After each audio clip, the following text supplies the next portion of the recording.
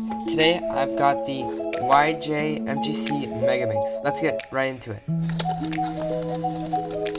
Alright, so first we got this little manual telling you how to solve it, and here we have the Megaminx. It looks like it got thrown around or something. Wow, that is pretty. Alright, so first turns. It's pretty. Alright, so I can feel the magnetic. This definitely needs some lube. Oh my gosh. Yeah, so it's barely moving. Yeah, this will need some lube. Overall, it feels pretty good. It's pretty small and it's very heavy. It's not very fast. It has that kind of like out of the box feeling that you need to eventually just wear off, right?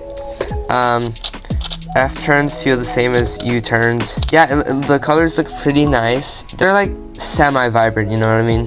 The gripping is pretty nice. The circle here gives it a nice grip for when you're doing moves, so it doesn't like fall off, you know what I mean? Looks pretty nice. Let's check the corner cutting.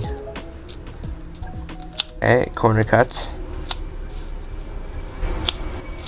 Right, and then reverse. This is corner cutting. Okay, sorry, that was reverse. This is corner cutting.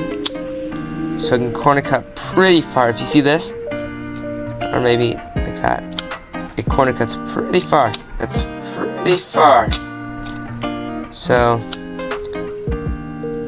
you can go all the way to here and corner cut. Compared to a 3x3, this is pretty big. Yeah, it's a pretty stable Megaminx. Definitely have to use some lube on this though, because it's very rusty. It feels rusty, you know what I mean? Like rusty. So for $13, I think this is a good buy. It's a nice Megaminx. So thanks for watching.